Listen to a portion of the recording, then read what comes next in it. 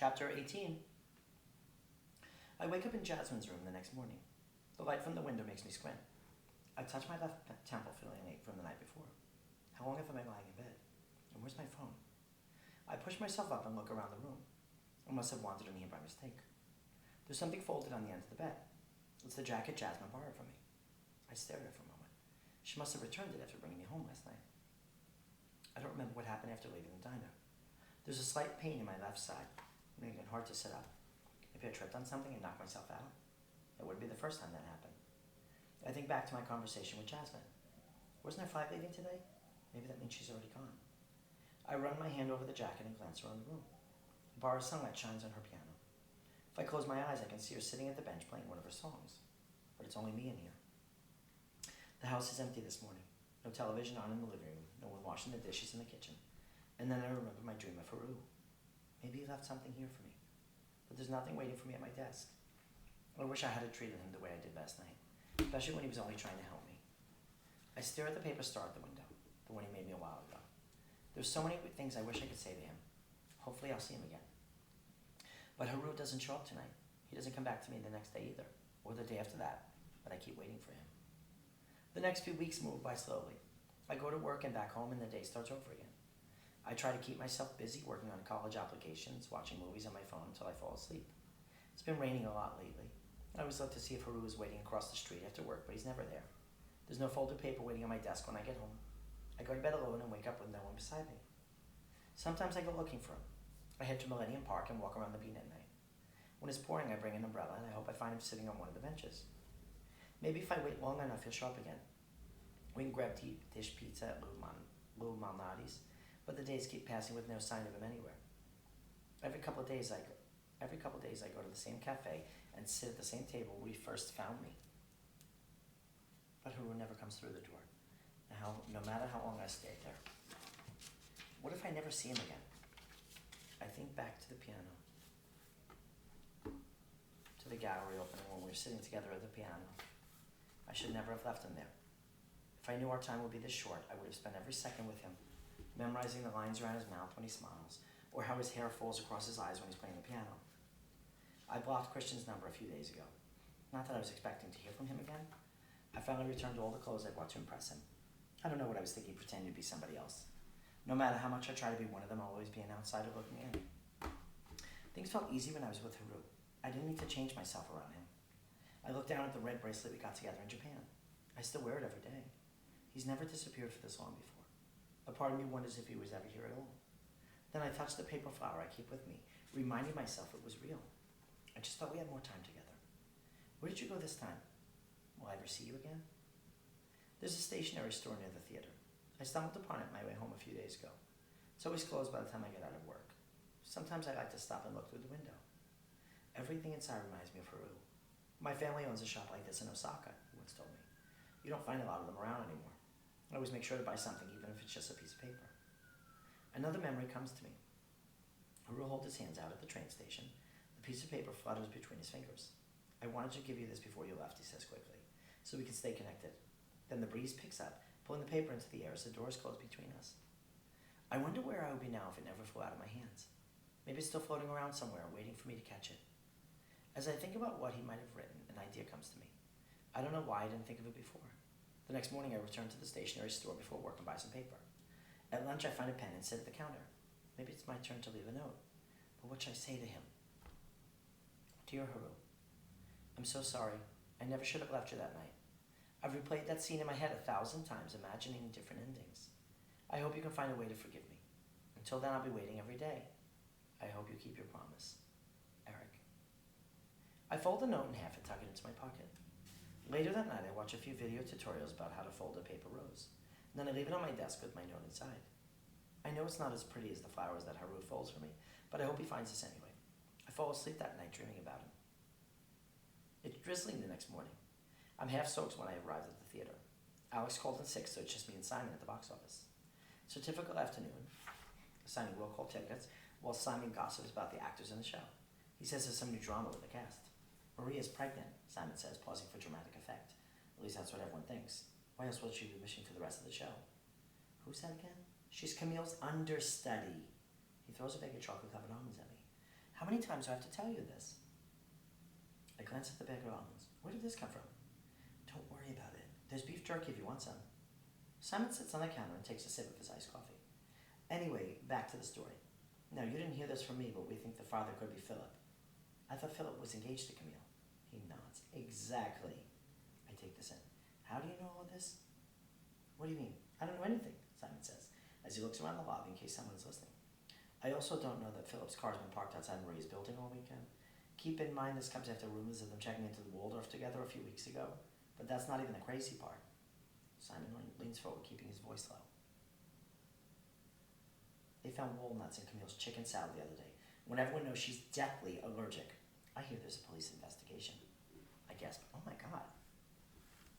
I'm telling you, Eric, you can't write the stuff that happens around here. Simon takes another sip of his drinks, crossing his leg over the other. Which reminds me, what's the update with you and Christian? I sighed. I told you, I blocked his number. I'm just making sure, he says, stirring his jaw around. I still can't believe he didn't keep his jacket. We could have sold it at one of those resellers. He shakes his head, sighing. Also heard he's been making his rounds through the cast, if you know what I mean. It stings to know this, even though we were never together. Simon, I'm trying not to think about him, remember? Simon nods. You're right, he's dead to us. We won't bring him up again. Unless he actually dies or something. I appreciate that. Who's the other guy on your mind? I look at him. What do you mean? You're clearly thinking about someone, he says. I'm assuming it's another boy, the way you've been moping around here, staring longingly outside as if you've been stood up. I also saw you writing that love letter yesterday. The paper rose for Haru. It was still on my desk when I left this morning. It wasn't a love letter. Then who was it for? I'm not sure what to say. I'm being intrusive again, Simon asks. No, it's okay, I say, shrugging it off. It's just a friend of mine from last summer. We talk here and there, but I haven't seen him in a while. Why don't you just text him? I wish I could be that simple, sending Haru a message. It's like he disappeared to another universe I can't reach. But I can't tell Simon any of this. It's complicated, I sigh. We didn't exactly leave things on the best note. Do you think you'll see him again? I stare at the floor. I don't really know. Simon doesn't ask any more questions. He climbs off the counter, squeezing one of my shoulders. I'm sorry you're going through this. We all do, but you'll find someone new. I don't say anything else, because I don't want someone else. I want to find Haru again. A moment later, the phone rings. I let Simon answer it and take my seat at the counter. The rest of the shift is pretty quiet. I glance at the front doors, time to time, hoping to see a glimpse of someone familiar. The sun is going down as I leave the theater. Simon invited me out with his friends, but I told him I had plans today. Truth is, I'm waiting outside for Haru again. What if he shows up this time and I'm not there? The sidewalk is glistening with the wind as the wind blows leaves everywhere. I stand under the marquee and stare at the blinking traffic.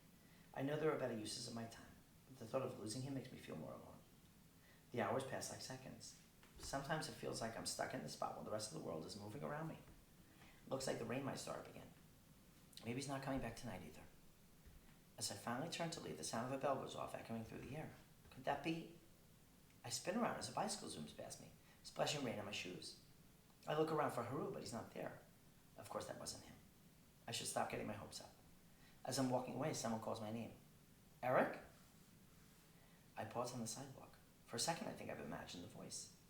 It wouldn't be my first time hearing things. As I turn around, my heart stops. Haru is standing on the other side of the street, one hand in his pocket. We stare at each other as the cars pass between us. The moment the light changes, I rush immediately toward him. Haru! I throw my arms around him, nearly knocking us both over. I don't even care if anyone is watching. It's really you. Did you miss me? Haru says, pulling me into him. More than you know. Of course I did, I say breathlessly. Relief floods through me as I hold him tight. I can't believe he came back to me. I close my eyes for a second, letting the rest of the world carve away from us. I looked everywhere for you. Where on earth have you been? You were looking for me, he asked. Thought you might not have noticed I was gone. Why would you think that? You told me to leave you alone, remember? I stare at him, wishing I could take it all back. You know I didn't mean that. It's all right, he says, quickly tootling my hair. I know you didn't. Thanks for coming back. Haru looks down, pressing his lips together. Listen, Eric, wait. This is my chance to show him how much I want to make it up to him. I wrote a list of things we can do, I said, feeling in my back pockets. I have it in here somewhere. I was thinking we can go to the music festival that's happening in the park. Oh, and there's a paper exhibit at this museum that I know you would love to see. Where did I put the list? We can't do that. Of course we can, I tell him. This is going to be a new beginning for us. This time I'll make sure to put him first. I know it's raining a little, but they might be playing a movie in the park soon. Let's go. I take Haru's hand, turning toward the park, but his fingers slip through mine. I look back at him. Is something wrong? I can't go with you, he says. Why not? Because I only came back to say goodbye. Raindrops fall against my skin. Goodbye? You just got here. I know that, he says, letting out a breath, but I can't stay long. Then we could do something else, I suggest. You don't have to see a movie if you don't want to. You can always do that when you're back. And I'm not coming back. I go quiet for a moment, unsure what he means by this. What are you talking about? I'm not coming back. I said I'm not coming back. A chill goes through me. I wait for him to say more, but he doesn't. You're scaring me here. Is this about Christian? Because I didn't talk to him anymore. I promise I won't. It's not about him, he says. Then what is it? Why are you leaving? Haru doesn't answer this, making my stomach sink. The rain continues to fall around us. He moves my hair out of my face and says, I'm not mad at you, all right? But you know this couldn't be forever. I don't want to keep you from your life. But you're a part of my life, I tell him. What are you trying to say? Haru lets out a breath. You know we can't be together. That I would have to go eventually. I realize there are things I could never do for you. I'd always be a paper flower in your life, and you deserve a real one. I love his paper flowers. Doesn't he understand this? I let go of his hand. Don't say that. I don't want you to go. I don't need anything else from you. Don't you care about me? Haru takes my face in his hand, raindrops bouncing off his skin. In another world, I would spend every second with you. But I don't want you to live in that world. I don't want you to spend your life waiting for me. There's a pain in my chest. I thought we had a second chance to fix things. He's been gone for weeks. Now he's come back just to say goodbye. I swallow my breath and say, okay, fine. If that's what you really think, you can go then. I don't want us to leave things like this. Haru reaches for my hand. But I step away from him. You're the one ending this, I remind him. I guess I shouldn't be that surprised, though, that someone else in my life is leaving me. I never thought it would be you. I'm sorry, he says. We stare at each other. At this point, I'm glad it's raining, so we can't see the tears coming down. It doesn't matter. You can just go.